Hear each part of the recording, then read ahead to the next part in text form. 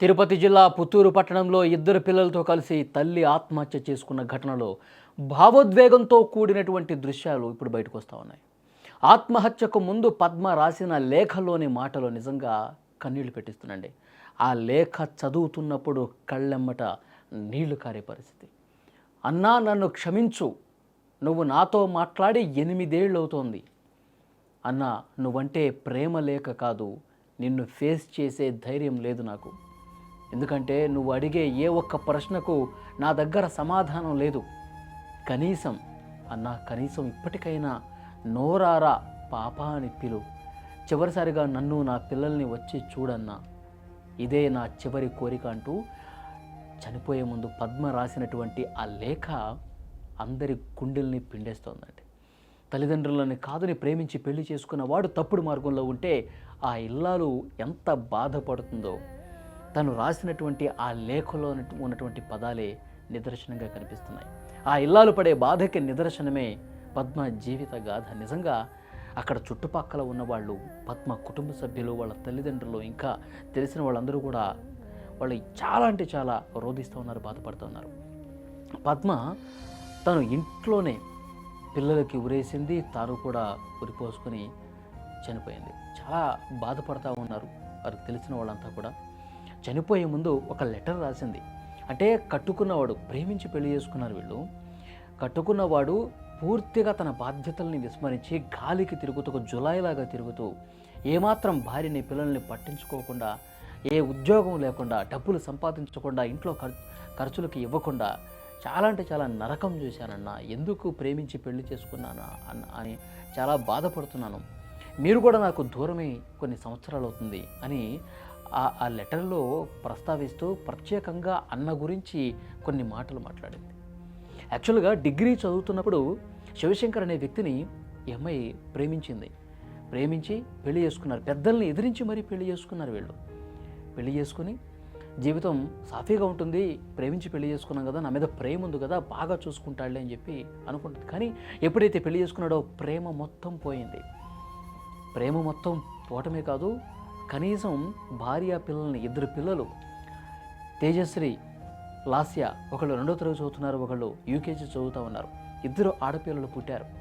కానీ ఇంకా బాధ్యతగా ఉండాల్సినటువంటి ఆ వ్యక్తి మమ్మల్ని పూర్తిగా వదిలేశాడు. ఇంకా ఉదయం లేస్తే రోడ్ల మీద తిరుగుతూ ఉంటాడు, ఒక పని చేయడు, ఒక ఉద్యోగం ఉండదు.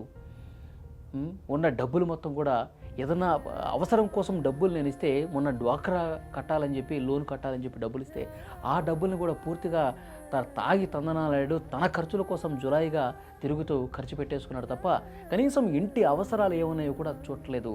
ఎందుకా నేను ఇతన్ని పెళ్లి చేసుకుందని చెప్పి ప్రతిరోజు బాధపడుతున్నాను, ప్రతిరోజు ఒక నరకాన్నే చూశాను అని బాధపడుతూ, తన భర్త గురించి ఎంత చేతగాని వ్యక్తిని నేను పెళ్లి చేసుకున్నానని చెప్పి బాధపడుతూ ఆ లెటర్లో ప్రస్తావిస్తూ అన్న గురించి మాట్లాడినటువంటి మాటలు నిజంగా కన్నీళ్లు పెట్టిస్తూ ఉన్నాయి. అన్న, 8 సంవత్సరాలు అవుతుంది నీతో మాట్లాడి. ఎందుకంటే పెద్దలను ఎదిరించి పెళ్లి చేసుకుంది కదా, వీడేదో బాగా చూసుకుంటాడు, నాకు మంచి జీవితం ఇస్తాడని చెప్పి తల్లిదండ్రులని, అన్నని, అందరిని ఎదిరించి పెళ్లి చేసుకుంది కదా. ఆ పాపానికి 8 సంవత్సరాలు పెద్దలతో, అన్నతో, తల్లిదండ్రులతో, ఎవరితో కూడా సరైనటువంటి మాటలు లేవు, రాకపోకలు లేవు. అందుకే 8 సంవత్సరాలు అయిందన్నా నీకు అసలు ఎదురుపడే ధైర్యమే లేదు. ఎందుకంటే నువ్వు అడిగే ఒక్కొక్క ప్రశ్న ఒక్కొక్క శూలంలాగా నాకు గుర్చుకుంటూ ఉంటుంది. దాని దగ్గర నాకు ఆ ప్రశ్నలకి నాకు సమాధానం లేదని చెప్పి బాధపడుతుంది. కానీ నన్ను, నా పిల్లల్ని ఒక్కసారి చూడని చెప్పి ఆ లెటర్లో రాసింది ఆ తల్లి.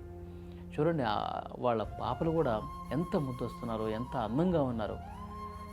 చాలా చాలా బాధాకరమైన విషయం. అన్న గురించి ప్రస్తావిస్తూ, ఒక్కసారైనా నన్ను, నా పిల్లల్ని చూడటానికి రా అన్నా అని రాసింది అంటే లోపల ఎంత బాధ ఉంటుంది. తన తల్లిదండ్రుల మీద, తన తోబుట్టువు మీద, అన్న మీద ఎంత ప్రేమ ఉందనేది కూడా ఇక్కడ క్లియర్గా అర్థమవుతుంది. అంటే నిజంగా ప్రేమించి పెళ్లి చేసుకున్న వాళ్ళ అందరికి కూడా నా జీవితం ఒక గుణపాఠం అని చెప్పి ఆ లెటర్లో రాసింది ఆమె. ఎందుకంటే ఇప్పుడు ప్రేమించి పెళ్లి చేసుకున్న వాళ్ళు కొంతమంది ఫ్యామిలీస్ బాగానే ఉన్నాయి, కానీ కొంతమంది ఈ విధంగా వంచి మోసం చేసి నన్ను నమ్ముకొని వచ్చింది కదా, నేనంటే తన జీవితమే నాకు ఇచ్చింది కదా అన్న ఆలోచన కనీసం కొంతమంది విధవలకు ఉండదండి.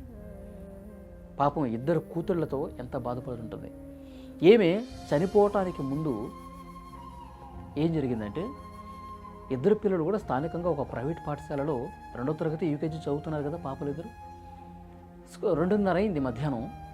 పిల్లల్ని ఇంటికి తీసుకెళ్లాలని చెప్పి ఆ తండ్రికి ఫోన్ చేశారు. ఆ పాపల తండ్రికి స్కూల్ టీచర్లు ఫోన్ చేశారు, స్కూల్ అయిపోయింది, తీసుకెళ్ళండి, ఇంటికి తీసుకెళ్ళండి పిల్లల్ని అని చెప్పేసి అన్నారు.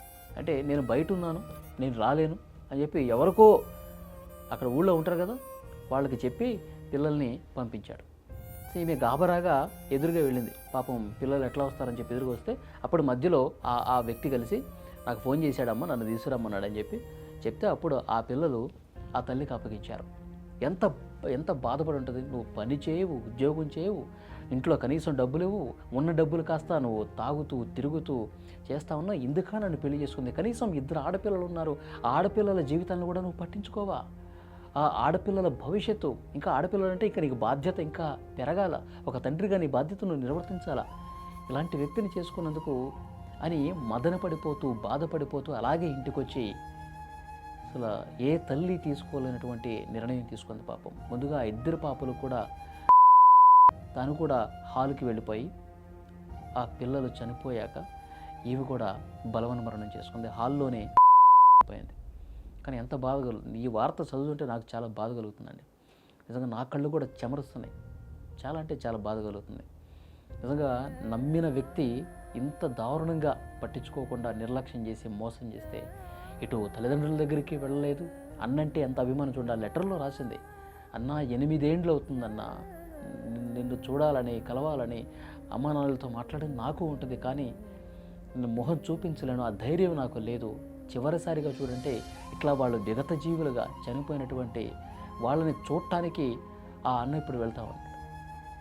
చాలా బాధ కలుగుతుంది. అంటే వాడు బతుకున్నప్పుడు ఒక్కసారి చూసి ఒక్కసారి రా అన్నా అని చెప్పి రాసింది కదా, ఈ విధంగా చూస్తానని చెప్పి అనుకోలేదని చెప్పి ఆ అన్న కూడా విగత జీవులుగా పడి ఉన్నటువంటి ఆ మృతదేహాలను చూసి బాధపడతా ఉన్నాడు.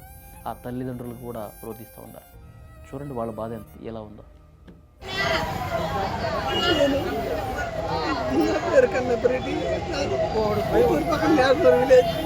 నేను ఈరోజు కూతుర్ని పోగొట్టుకున్నటువంటి అభాగ్యపు తండ్రిని. ఈ ప్రేమ, ఈ పెళ్ళిళ్ళు, ఈ పిల్లకాయలు తెలియని వయసులో చేసి తప్పుడు పొరపాట్ల వల్ల ఎన్నో కుటుంబాలు కూలిపోతున్నాయి. ఎంతో తల్లిదండ్రులు వాళ్ళ కుటుంబం మొత్తం శోక సముద్రంలో మునిగిపోతూ ఉంటారు. ఒక్కసారి చదువుకున్న యువకులు ప్రతి ఒక్కరూ ఆలోచించి వాళ్ళు తల్లిదండ్రులు పెంచేదానికి ఎంత కష్టపడతారు, చదివించేదానికి ఎంత ఇష్టపడి చదివిస్తారు అర్థం చేసుకొని వాళ్ళ కుటుంబం మళ్ళీ తలెత్తుకొని తిరిగి నీకుండా ఎక్కడెక్కడో మంచి సంబంధాలు ఎంగేజ్మెంట్ చేస్తే తల్లిదండ్రులని గౌరవించకుండా, తల్లిదండ్రులు ఏ నిర్ణయం తప్పుడు నిర్ణయం తీసుకుంటారో తీసుకుని ఆలోచించకుండా వాళ్ళు చేసే తప్పుడు నిర్ణయాల వల్ల వాళ్ళ వయసులో తెలియకుండా వాళ్ళ చుట్టుపక్కల పిల్లకాయలతో కూడా కలుసుకునేసి ఏదో మాయ మాటలతో మేము అది చేసుకుంటాము, నువ్వు ప్రేమించినట్లు మాతో రాకపోతే మేము ఇట్లా అయిపోతాం అట్లా అయిపోతాం అని చెప్పి బ్లాక్మెయిల్ చేసి పెళ్ళిళ్ళు చేసుకుని ఈరోజు మా బిడ్డ లెటర్ రాసి పెట్టి చనిపోయే పరిస్థితికి వస్తుందంటే ఈ పరిస్థితి ఇంకొకరు బిడ్డలు ఈ పరిస్థితికి పోకుండా ఆలోచించండి. నా బిడ్డ పోయిన బిడ్డ తిరిగి రాదు, మిగిలిన బిడ్డలైనా లక్షణంగా ఉండండి, తల్లిదండ్రులకు శోక సముద్రాన్ని మిగిల్చబాకండి, తల్లిదండ్రుల మాట వినండి, మంచి సంబంధాలు చేసుకోండి. వాళ్ళు సాగేదానికి ఎంతో కష్టపడి ఉంటారు, ఇష్టంగా సాగుతారు. కానీ ఈరోజు పోగొట్టుకునేటప్పుడు ఆ ఆవేదన ఏ తల్లిదండ్రులకి మిగిలించబాకండి. ఇది దయచేసి నా బిడ్డ మన్నించాలని రాసింది, నేను ఇప్పుడు ఏం మన్నించగలను, ఆమె చనిపోయినప్పుడు నేనేం మన్నిస్తాను చెప్పండి. వాళ్ళు పెళ్లి చేసుకున్నప్పుడే మన్నించేసినాము, వాళ్ళ ఇంటికి పోతా వస్తూ ఉన్నాను, ఆ బిడ్డలకి ఏం కావాలో చేస్తూ ఉన్నాను. కాకపోతే వాళ్ళు మొత్తం మనసు విప్పం అంతా చెప్పుకోలేని పరిస్థితుల్లో ఈరోజు చనిపోయిందంటే వాళ్ళు మాటలు బాగుంటాయి. కొంతకాలం తర్వాత మోజు తిరిగిపోయిన తర్వాత రకరకాలుగా అమ్మాయిలు అయితేనే అబ్బాయిలు అయితే కొత్తలో ఒక రకంగా నడుచుకుంటారు, కొంతకాలం మోజు తిరిగిపోయిన తర్వాత రకరకాలుగా మారిపోతారు. ఇది అబ్బాయే కావచ్చు అమ్మాయే కావచ్చు, దయచేసి అందరూ అర్థం చేసుకోండి. నిన్నటి రోజు పుత్తూరు పట్టణంలో సాయంత్రం కృష్ణానగర్లో ఒక మహిళ మరియు ఆమె 2 పిల్లలు కూడా చనిపోవటం జరిగిందని రాబడిన ఇన్ఫర్మేషన్ మేరకు ఇమ్మీడియట్గా అక్కడికి వెళ్ళటం జరిగింది. ఆ ఇంట్లో చూస్తే ఆ మహిళ చీరతో చనిపోవడం జరిగింది. అట్లే తన ఇద్దరు పిల్లలు కూడా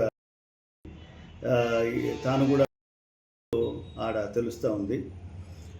విచారిస్తే 8 సంవత్సరాల క్రితము ఈ చనిపోయిన పద్మ శివశంకర్లు ఇద్దరు ప్రేమ వివాహం చేసుకున్నారని, వారికి 2 కూతుర్లు సంతానమని. ఆ పెద్దమ్మాయి పేరు జయశ్రీ 7 years, లాస్య 5 years. అయితే ఆమె భర్త శివశంకర్ ఏమీ పని చేయకుండా చెడు వ్యసనాలకు అలవాటు పడి కుటుంబ పోషణకి వాళ్ళకేమీ డబ్బులు ఇవ్వకుండా ఎక్కువ అప్పులు చేసి తిరుగుతూ ఉండేవాడని, ఏం బాధ్యతలు తీసుకోకుండా ఉండేవాడని, ఎప్పుడైనా కుటుంబ పోషణకు డబ్బులు అడిగినప్పుడు కూడా విసుక్కునేవాడని, ఆ విధంగా ఉన్నప్పుడు ఆవిడ ఇంకా భవిష్యత్తులో ఈ విధంగా నేను ప్రయాణించడం భర్తతో సరిగా లేదని చెప్పేసి చనిపోవాలని నిర్ణయం చేసుకొని తన ఇద్దరు పిల్లల్ని కూడా స్కూల్ నుంచి నిన్న ఈవినింగ్ 4 o'clockకి తీసుకొని వచ్చి ఇంట్లో వాళ్ళు తను కూడా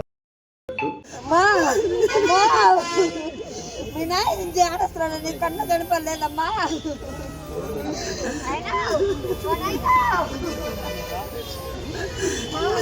మనకి ఏం వద్దు, బిడ్డుంటే చాలు నాకు. నేను మాట్లాడమ్మా, నా మొగుడమ్మా.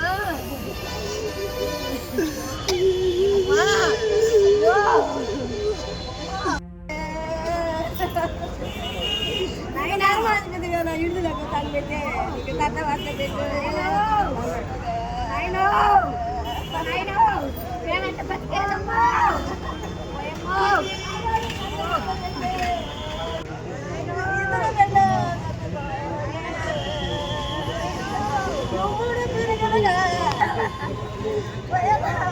నా బిడ్డ చదివిస్తే